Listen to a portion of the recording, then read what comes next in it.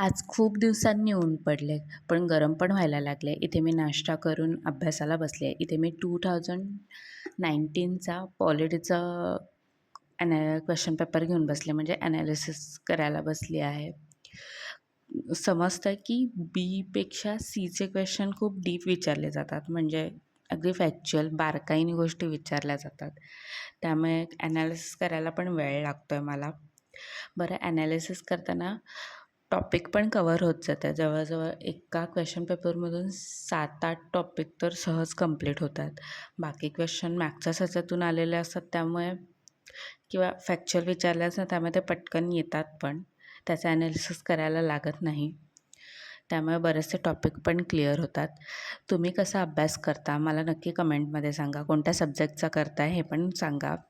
मागच्या व्लॉगमध्ये मी विचारलं होतं, तर खूप जणांनी रिप्लाय दिला. मला खूप छान वाटलं, कारण कोणीतरी सोबत आहे असं वाटलं. सगळ्यांचा अभ्यास सोबत चालू आहे, त्यामुळे असं बरं वाटलं, कारण मी इथे एकटीच असते. हा अभ्यास करणार तरी सध्या इथे एकटीच आहे. थोडा अभ्यास बाजूला ठेवून जेवण करून घेतलं, सगळ्यांना वाढलं, आणि हा कामाचा पसारा. ह्यात खूप वेळ जातो. सगळं किचन क्लीन करायला, पण असो, आहे ते आहे.